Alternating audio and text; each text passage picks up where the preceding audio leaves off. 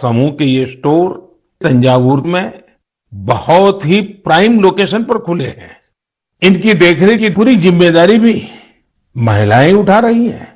ये महिला self help group Thanjavur doll और ब्रोंज लैंप जैसे जीआई प्रोडक्ट के अलावा खिलौने, मेट और आर्टिफिशियल ज्वेलरी भी बनाते हैं। ऐसे स्टोर की वजह से जीआई प्रोडक्ट्स के साथ साथ हैंडीक्राफ्ट के प्रोडक्ट की बिक्री में भी काफी तेजी देखने को मिली है। इस मुहिम की वजह से न केवल कारीगरों को बढ़ावा मिला है, बल्कि महिलाओं की आमदनी बढ़ने से उनका सशक्तिकरण भी हो रहा है। मेरा मन की बात के श्रोताओं से भी एक आग्रह है, आप अपने क्षेत्रों में ये पता लगाएं कि कौन से महिला सेल्फ हेल्प ग्रुप काम कर रहे हैं। उनके प्रोडक्ट्स के बारे में भी आप जानकारी जुटाएं और ज्यादा से ज्यादा इन उत्पादों को उपयोग में लाएं। ऐसा करके आप सेल्फ हेल्प ग्रुप की आय बढ़ाने में तो मदद करेंगे ही, आत्मनिर्भर भारत अभियान को भी गति देंगे। साथियों, हमारे देश में कई सारी भाषाओं, लिपियां और बोलियों का समृद्ध खजाना है। अलग अलग क्षेत्रों में अलग अलग पहनावा, खान पान और संस्कृति, ये हमारी पहचान है। ये डायवर्सिटी, ये विविधता एक राष्ट्र के रूप में हमें अधिक सशक्त करती है और एकजुट रखती है। इसी से जुड़ा एक बेहद प्रेरक उदाहरण है एक बेटी कल्पना का, जिसे मैं आप सभी के साथ साझा करना चाहता हूं। उनका नाम कल्पना है, लेकिन उनका प्रयास एक भारत श्रेष्ठ भारत की सच्ची भावना से भरा हुआ है। दरअसल कल्पना ने हाल ही में कर्नाटका में अपनी 10वीं की परीक्षा पास की है। लेकिन उनकी सफलता की बेहद खास बात यह है कि कल्पना को कुछ समय पहले तक कन्नड़ा भाषा ही नहीं आती थी। उन्होंने न सिर्फ 3 महीने में कन्नड़ा भाषा सीखी, बल्कि 92 नंबर भी मिला करके दिखाए। आपको ये जानकर हैरानी हो रही होगी, लेकिन ये सच है। उनके बारे में और भी कई बातें ऐसी हैं जो आपको हैरान भी करेगी और प्रेरणा भी देगी। कल्पना मूल रूप से उत्तराखंड के जोशीमठ की रहने वाली है। वे पहले टीबी से पीड़ित रही थी और जब वे तीसरी कक्षा में थी, तभी उनकी आंखों की रोशनी भी चली गई थी। लेकिन कहते हैं ना, जहां चाह वहां राह। कल्पना बाद में मैसूरू की रहने वाली प्रोफेसर तारामूर्ति के संपर्क में आई, जिन्होंने न सिर्फ उन्हें प्रोत्साहित किया, बल्कि हर तरह से उनकी मदद भी की। आज वो अपनी मेहनत से हम सब के लिए एक उदाहरण बन गई है। मैं कल्पना को उनके हौसले के लिए बधाई देता हूं। इसी तरह हमारे देश में कई ऐसे लोग भी हैं जो देश की भाषाई विविधता को मजबूत करने का काम कर रहे हैं। ऐसे ही एक साथी हैं पश्चिम बंगाल में पुरुलिया के श्रीपति टूडू जी। टूडू जी पुरुलिया की सिद्धो कानो बिरसा यूनिवर्सिटी में संथाली भाषा के प्रोफेसर हैं। उन्होंने संथाली समाज के लिए उनकी अपनी ओल्ड चिकी लिपि में देश के संविधान की कॉपी तैयार की है। श्रीपति टूडू जी कहते हैं कि हमारा संविधान हमारे देश के हर एक नागरिक को उनके अधिकार और कर्तव्य का बोध कराता है। इसलिए प्रत्येक नागरिक को इससे परिचित होना जरूरी है। इसलिए उन्होंने संथाली समाज के लिए उनकी अपनी लिपि में संविधान की कॉपी तैयार करके भेंट सौगात के रूप में दी है। मैं श्रीपति जी की सोच और उनके प्रयासों की सराहना करता हूं। ये एक भारत श्रेष्ठ भारत की भावना का जीवंत उदाहरण है।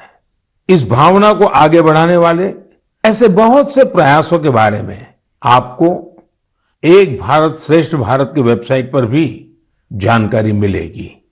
यहां आपको खान पान, कला, संस्कृति, पर्यटन समेत ऐसे कई विषयों पर एक्टिविटीज के बारे में पता चलेगा। आप इन एक्टिविटीज में हिस्सा भी ले सकते हैं। इससे आपको अपने देश के बारे में जानकारी भी मिलेगी और आप देश की विविधता को महसूस भी करेंगे। मेरे प्यारे देशवासियों, इस समय हमारे देश में उत्तराखंड के 4 धाम की पवित्र यात्रा चल रही है। 4 धाम और खासकर केदारनाथ में हर दिन हजारों की संख्या में श्रद्धालु वहां पहुंच रहे हैं। लोग अपनी 4 धाम यात्रा के सुखद अनुभव शेयर कर रहे हैं। लेकिन मैंने ये भी देखा कि श्रद्धालु केदारनाथ में कुछ यात्रियों द्वारा फैलाई जा रही गंदगी की वजह से बहुत दुखी भी है। सोशल मीडिया पर भी कई लोगों ने अपनी बात रखी है। हम पवित्र यात्रा में जाएं और वहां गंदगी का ढेर हो, ये ठीक नहीं। लेकिन साथियों, इन शिकायतों के बीच कई अच्छी तस्वीरें भी देखने को मिल रही हैं। जहां श्रद्धा है, वहां सृजन और सकारात्मकता भी है। कई श्रद्धालु ऐसे भी हैं जो बाबा केदार के धाम में दर्शन पूजन के साथ साथ स्वच्छता की साधना भी कर रहे हैं। कोई अपने ठहरने के स्थान के पास सफाई कर रहा है, तो कोई यात्रा मार्ग से कूड़ा कचरा साफ कर रहा है। स्वच्छ भारत अभियान की टीम के साथ मिलकर कई संस्थाएं और स्वयंसेवी संगठन भी वहां काम कर रहे हैं। साथियों, हमारे यहां जैसे तीर्थ यात्रा का महत्व होता है, वैसे ही तीर्थ सेवा का भी महत्व बताया गया है। और मैं तो ये भी कहूंगा, तीर्थ सेवा के बिना तीर्थ यात्रा भी अधूरी है। देवभूमि उत्तराखंड में से कितने ही लोग हैं जो स्वच्छता और सेवा की इस साधना में लगे हुए हैं। रुद्रप्रयाग के रहने वाले श्रीमान मनोज बैंजवाल जी से भी आपको बहुत प्रेरणा मिलेगी। मनोज जी ने पिछले 25 वर्षों से पर्यावरण की देखरेख का बीड़ा उठा रखा है। वो स्वच्छता की मुहिम चलाने के साथ ही पवित्र स्थलों को प्लास्टिक मुक्त करने में भी जुटे रहते हैं। वहीं गुप्त काशी में रहने वाले सुरेंद्र बगवाड़ी जी ने भी स्वच्छता को अपना जीवन मंत्र बना लिया है। वो गुप्त काशी में नियमित रूप से सफाई कार्यक्रम चलाते हैं और मुझे पता चला है कि इस अभियान का नाम भी उन्होंने मन की बात रख लिया है। ऐसे ही देवर गांव की चंपा देवी जी पिछले 3 साल से अपने गांव की महिलाओं को कूड़ा प्रबंधन यानी वेस्ट मैनेजमेंट सिखा रही है। चंपा जी ने सैकड़ों पेड़ भी लगाए हैं और उन्होंने अपने परिश्रम से एक हरा भरा वन तैयार कर दिया है। साथियों, ऐसे ही लोगों के प्रयासों से देवभूमि और तीर्थों की वो दैवीय अनुभूति बनी हुई है, जिसे अनुभव करने के लिए हम वहां जाते हैं। इस देवत्व और आध्यात्मिकता को बनाए रखने की जिम्मेदारी हमारी भी तो है। अभी हमारे देश में 4 धाम यात्रा के साथ साथ आने वाले समय में अमरनाथ यात्रा, पंढरपुर यात्रा और जगन्नाथ यात्रा जैसी कई यात्राएं होगी। सावन मास में तो शायद हर गांव में कोई न कोई मेला लगता है। साथियों, हम जहां कहीं भी जाए, इन तीर्थ क्षेत्रों की गरिमा बनी रहे। शुचिता, साफ सफाई, एक पवित्र वातावरण, हमें इसे कभी नहीं भूलना है।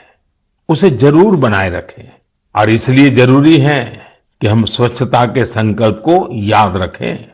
कुछ दिन बाद ही 5 जून को विश्व पर्यावरण दिवस के रूप में मनाता है। पर्यावरण को लेकर हमें अपने आसपास की सकारात्मक अभियान चलाने चाहिए और ये निरंतर करने वाला काम है। आप इस बार सबको साथ जोड़कर स्वच्छता और वृक्षारोपण के लिए कुछ प्रयास जरूर करें।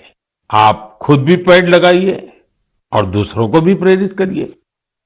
मेरे प्यारे देशवासियों, अगले महीने 21 जून को हम 8वां अंतर्राष्ट्रीय योग दिवस मनाने वाले हैं। इस बार योग दिवस की थीम है योगा फॉर ह्यूमैनिटी। मैं आप सभी से योग दिवस को बहुत ही उत्साह के साथ मनाने का आग्रह करूंगा। हाँ, कोरोना से जुड़ी जरूरी सावधानियां भी बरतें। वैसे अब तो पूरी दुनिया में कोरोना को लेकर हालात पहले से कुछ बेहतर लग रहे हैं। अधिक से अधिक वैक्सीनेशन कवरेज की वजह से अब लोग पहले से कहीं ज्यादा बाहर भी निकल रहे हैं। इसलिए पूरी दुनिया में योग दिवस को लेकर काफी तैयारियां भी देखने को मिल रही हैं। कोरोना महामारी ने हम सभी को ये एहसास भी कराया है कि हमारे जीवन में स्वास्थ्य का कितना अधिक महत्व है और योग इसमें कितना बड़ा माध्यम है। लोग ये महसूस कर रहे हैं कि योग से फिजिकल, स्पिरिचुअल और इंटेलेक्चुअल वेलबीइंग को भी कितना बढ़ावा मिलता है। विश्व के टॉप बिजनेस पर्सन से लेकर फिल्म और स्पोर्ट्स पर्सनालिटीज तक, स्टूडेंट से लेकर सामान्य मानवी तक, सभी योग को अपने जीवन का अभिन्न अंग बना रहे हैं। मुझे पूरा विश्वास है कि दुनिया भर में योग की बढ़ती लोकप्रियता को देखकर आप सभी को बहुत अच्छा लगता होगा। साथियों, इस बार देश विदेश में योग दिवस पर होने वाले कुछ बेहद इनोवेटिव उदाहरणों के बारे में मुझे जानकारी मिली है। इन्हीं में से एक है गार्डियन रिंग। एक बड़ा ही यूनिक प्रोग्राम होगा। इसमें मूवमेंट ऑफ सन को सेलिब्रेट किया जाएगा, यानी सूरज जैसे जैसे यात्रा करेगा, धरती के अलग अलग हिस्सों से हम योग के जरिए उसका स्वागत करेंगे। अलग अलग देशों में इंडियन मिशंस वहां के लोकल टाइम के मुताबिक सूर्योदय के समय योग कार्यक्रम आयोजित करेंगे। एक देश के बाद दूसरे देश से कार्यक्रम शुरू होगा। पूरब से पश्चिम तक निरंतर यात्रा चलती रहेगी। फिर ऐसे ही ये आगे बढ़ता रहेगा। इन कार्यक्रमों की स्ट्रीमिंग भी इसी तरह एक के बाद एक जुड़ती जाएगी। यानी ये एक तरह का रिले योगा स्ट्रीमिंग इवेंट होगा। आप भी इसे जरूर देखिएगा। साथियों, हमारे